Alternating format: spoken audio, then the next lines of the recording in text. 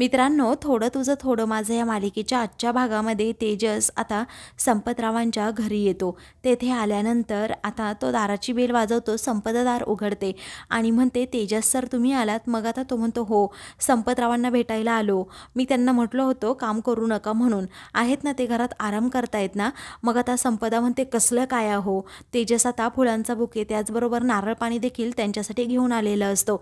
मग आता संपदा खूप आपुलकीने त्यांना आतमध्ये बोलवते आणि म्हणते, या ना हो, बघा ना हे अजिबात घरी थांबत नाही, नुसतं आपलं काम करत राहतात. मग आता तेजस म्हणतो, काय काम करत राहतात ते सारखे सारखे? ते इथे नाही आहेत का म्हणजे? मग आता संपदा म्हणते, नाही ना. तेव्हा तेजस म्हणतो, त्यांच्या तब्येतीची जरा काळजी घ्यायला हवी, तुम्हीच त्यांना घरी थांबून घ्यायला हवं. मग आता संपदा म्हणते, कसं घेणार? त्यांनी ऐकलं तर ठीक आहे ना. आणि तुम्हाला अजून एक सत्य सांगू का? आम्ही त्यांना कळूच दिलं नाही आहे की त्यांना हार्ट अटॅक आला आहे म्हणून. म्हणजे त्यांनी आमच्या नंदूला सांगितलं होतं की घरच्यांना सांगू नका हार्ट अटॅक आला आहे. आम्ही आता त्यांची आडून काळजी घेतो आहे, म्हणजे त्यांना न कळता. त्यांनी आम्हाला कळूच दिलं नाही हार्ट अटॅक आला आहे म्हणून. तेव्हा तेजस डोक्यालाच हात लावतो. तर संपदा आता त्याला पाणी देते. तेव्हा तो म्हणतो, आता संपतराव नाही आहे ना, मग हे नारळ पाणी फुकट जाईल, मग मीच पिऊन घेतो, पाणी नको हां, असं म्हणून तो आता ते नारळ पाणीच पित असतो. तेव्हा संपदा आता तिच्या मुलीबद्दल म्हणजेच मानसीबद्दल सांगू लागते. तेव्हा तो तेजस म्हणतो, खरंच तुमची मुलगी ना खूप हुशार आहे हां. तेव्हा संपदा म्हणते, हो ना ती हुशार आहे म्हणून तर सर्व काही चाललं आहे. आणि तिचे बाबा म्हणजे संपतराव तिची खूप काळजी घेतात, तिचे सर्व हट्ट पुरवतात. त्यानंतर तो म्हणतो, आता संपतराव नाही आहे तर मग तुम्हालाच भेटून मी जातो, ते वीटभट्टीवर असतील ना तिकडे. मग आता संपदा म्हणते, हो. आता तेजस म्हणतो, मी ही बिलं तुम्हाला द्यायला आलो आहे, डॉक्टरांची बिलं ना. तेव्हा तेजस म्हणतो, हो माझ्याकडे ठेवून तरी मी काय करणार, बरोबर आहे ना. मग आता संपदा म्हणते, हो बरोबर आहे, पण मानसीने मला सांगितलं, मानसी पैसे देत होती तरी तुम्ही घेतले नाही ते पैसे, आता मीच तुम्हाला ते पैसे देते आणि आता काहीही तक्रार न करता पैसे घ्यायचे हां. तेव्हा तो म्हणतो की मी मूर्खपणा केला त्या दिवशी पैसे न घेऊन. मग आता ती म्हणते, काय त्यावेळी? आता अहो मदत केलेली अशी मागायची नसते ना, त्यांनी समोरच्यांनी दिली तरच घ्यायची असते, मग हे मूर्खपणाचं ठरतं, म्हणून मी तुमच्याकडे काही बोललो नाही. मग आता संपदा म्हणते, पण आता पैसे घ्या. त्यावेळी तेजस आता गालातल्या गालात हसतो आणि म्हणतो, हो पैसे तर घ्यायलाच हवेत. संपदा आता लगेच तेथून जाते. तर आता त्या फुलांच्या बुक्याकडे तेजस पाहतच राहतो आणि म्हणतो, याचेही पैसे वसूल करायला हवे, कारण काहीही झालं तरी मला घर सोडवायचं आहे, काय करू मी. दुसरीकडे आता कॅफेचे मालक असतात, ते म्हणतात, पाहिलं ना कुणीच गिराईक नाही आहे, समोर कन्स्ट्रक्शनचं काम सुरू आहे, एक गिराईक सकाळपासून आलं होतं, आता ते पण उठून गेलं आहे, त्यांना काय झालं काय माहीत अचानक, मला हे कॅफे बंदच करावं लागणार. मग आता मानसीच्या मैत्रिणी देखील म्हणतात, आपण कॉलेजला इन्फॉर्म करूयात की इथे काहीच इंटर्नशिप करण्यात फायदा नाही आहे. मग आता मानसी म्हणते, ही तर आपल्याकडे चांगली अपॉर्च्युनिटी आहे, आपण आता हे कॅफेचं काम चांगल्या नवीन जोमाने सुरू करायचं आणि या कॅफेचं रूपांतर चांगल्या हॉटेलमध्ये करून दाखवायचं. तेव्हा तिच्या मैत्रिणी विचारतात, हे कसं शक्य आहे? मग आता तुम्हाला तर भलताच कॉन्फिडन्स आहे, असंही ते आता कॅफेचे मालक म्हणतात.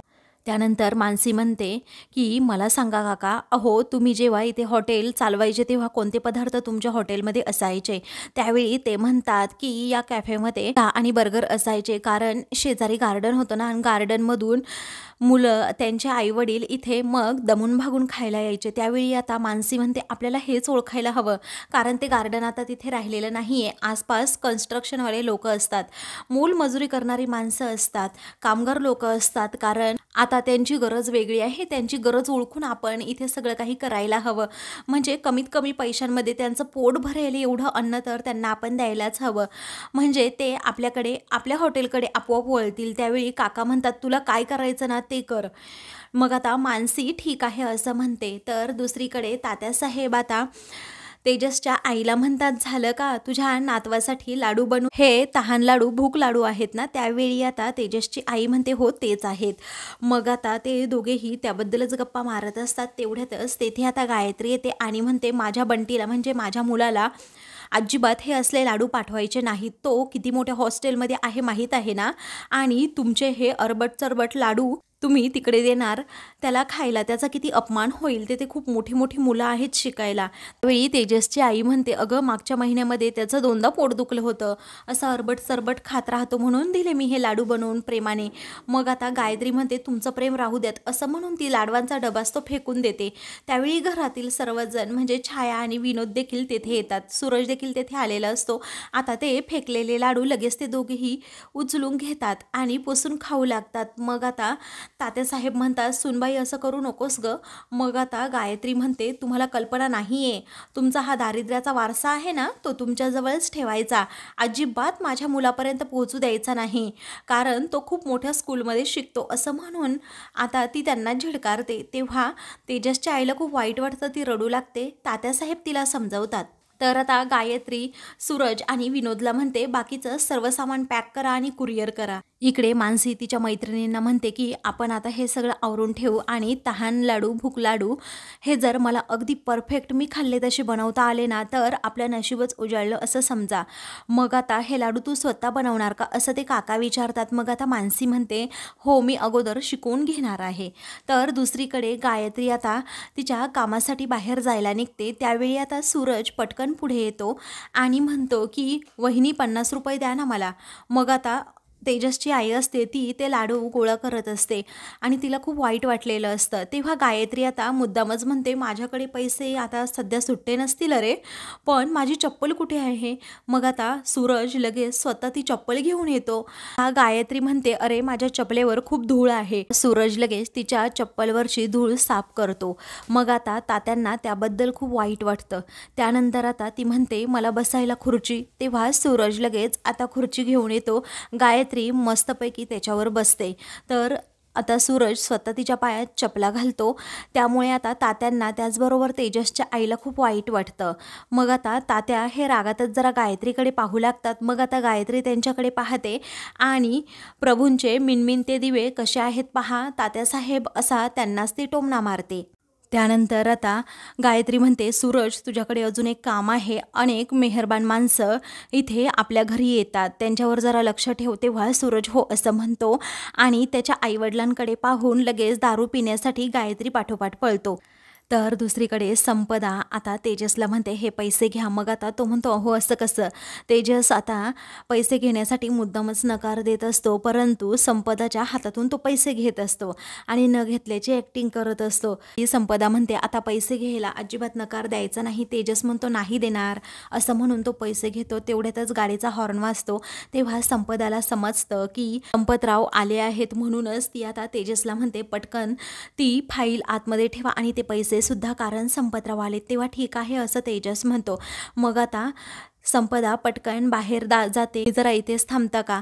त्यावेळी संपतराव विचारतात, का बरं, असं म्हणून ते आता आतमध्ये येतात. समोर पाहतात तर तेजस तेथे बसलेला असतो. त्यावेळी आता तेजसला पाहून संपतराव जरा घाबरतातच आणि त्यांची ततपप होऊ लागते. ते खूप गोंधळतात, काय बोलावं त्यांना सुचत नाही, कारण जर हार्ट अटॅकचं सत्य घरातील सर्वांना समजलं तर खूप काळजी करत राहतील या विचाराने ते काहीच आता संपदासमोर बोलत नाही. मग आता तुम्ही यांना पाणी वगैरे दिलत का, चहा वगैरे केलात का, असं संपतराव सारखे विचारू लागतात. मग आता ती म्हणते, अहो मी त्यांना म्हटलं होतं, परंतु तेच नाही म्हणाले. त्यावेळी आता असं घरी आलेल्या पाहुण्यांना कोणी उपाशीपोटी पाठवतं का, जा पटकन किचनमध्ये आणि चहा घेऊन या, असं आता संपतराव संपदाला म्हणतात. त्यावेळी संपदा आतमध्ये जाते, पडद्याच्या आतून तेजसकडे पाहत असते. मग आता संपतराव हे लगेचच तेजसजवळ येतात आणि तेजस साहेब, तुम्ही अटॅकबद्दल सांगितलं नाही ना कुणाला काही, असं विचारू लागतात. तेव्हा तेजस आता मुद्दामच नाटकी करत संपदाकडे पाहतो आणि म्हणतो, अटॅक, कोणता अटॅक, कुणाला आला होता, असं म्हणून तो आता विषय टाळतो आणि म्हणतो, हो हा विषयच नाही निघाला. संपतराव म्हणतात, कसं आहे ना, आपल्यातल्या गोष्टी आपल्यातच ठेवायच्या. मग आता तेजस हा संपदाकडे पाहतो, तेव्हा ती आतून थम्सअप करते. मग आता तुमचं हे लपाछपीचं प्रकरण खूपच दिसतंय, असं आता तेजस म्हणतो आणि ते दोघेही आता गप्पा मारू लागतात. मग नंतर आता तेजस एकदम त्या सोफ्यावर बसतो. त्यावेळी एकदम तो अधिकारी असल्यासारखं बसतो. तर तो टेकून बसणार असतो, परंतु त्याचा तोल जातो आणि तो खालीच पडतो. तेव्हा संपतराव पटकन त्याला पकडतात आणि म्हणतात, तुम्हाला जर टेकून बसायचं असेल ना, या सोफ्यावर या. तेजसची तेथे चांगलीच धांदल उडते. मग आता संपतराव हसतात. तर इकडे मानसी आता प्रभूंच्या घरी आलेली असते. तेथे आतमध्ये जाताच आता सूरज पटकन तिचा हात पकडतो आणि म्हणतो, ए गीता, तू अगोदर बाहेर निघ. तेव्हा मी गीता नाही आहे. अहो काका, बाहेर या पटकन, असं मानसी आता तात्यांना आणि तेजसच्या आईला ओरडत असते. लवकर या तुम्ही बाहेर, मला वाचवा. तेव्हा आता सूरज हा फरफटतच तिला घराबाहेर काढण्याचा प्रयत्न करतो, परंतु तेवढ्यात त्याचे आईबाबा तेथे येतात आणि सूरजच्या सणकण कानाखाली मारतात. तेव्हा सूरज आता गेटजवळ तेथे पडतो. त्यावेळी आता, बाई तुला जास्त त्रास दिला का ग त्याने, असं आता तेजसची आई विचारते. तेव्हा ती म्हणते, नाही अहो काकू ऐका ना, त्यांचा स्पर्श तसा नव्हता, मला जाणवतो ना तो स्पर्श. आणि ही गीता कोण आहे? त्यावेळी आता तेजसची आई सांगते की हा माझा मुलगा आहे आणि गीता त्याची बायको आहे. व्यसनाच्या आहारी गेलाय म्हणूनच हे असं घडतंय त्याच्या बाबतीत, त्याला संसारसुद्धा कळत नाही. आज गायत्री नाही आहे ग घरात. तेव्हा ती म्हणते, अहो माझं तुमच्याकडेच काम होतं. अहो ते तहान लाडू भूक लाडू नाही का, ते मला इंटर्नशिप करण्यासाठी एका हॉटेलमध्ये ठेवायचे आहेत, लाडू विकायचे आहेत. तेव्हा आता सुमन म्हणते की अगं तू कशी ठेवणार, ते लाडू तर खूप साधेसे आहेत. मग आता तात्यासाहेबसुद्धा तेच म्हणतात.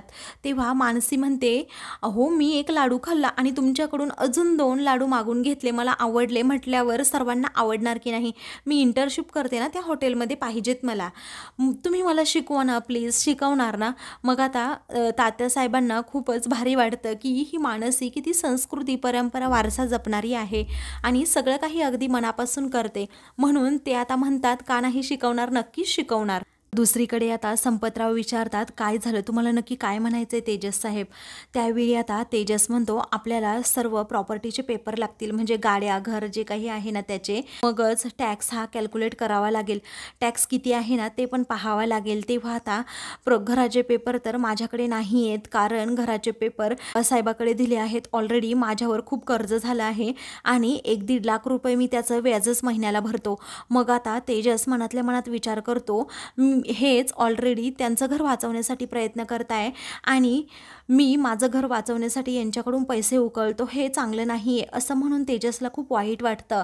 तर आता मित्रांनो, पुढील भागामध्ये मानसी आणि सुमन ह्या दोघीही खूप छान असे लाडू बनवतात. त्यानंतर आता तुमच्या लाडक्या तेजससाठी तुम्ही हे लाडू बनवताय ना, असं गायत्री विचारते.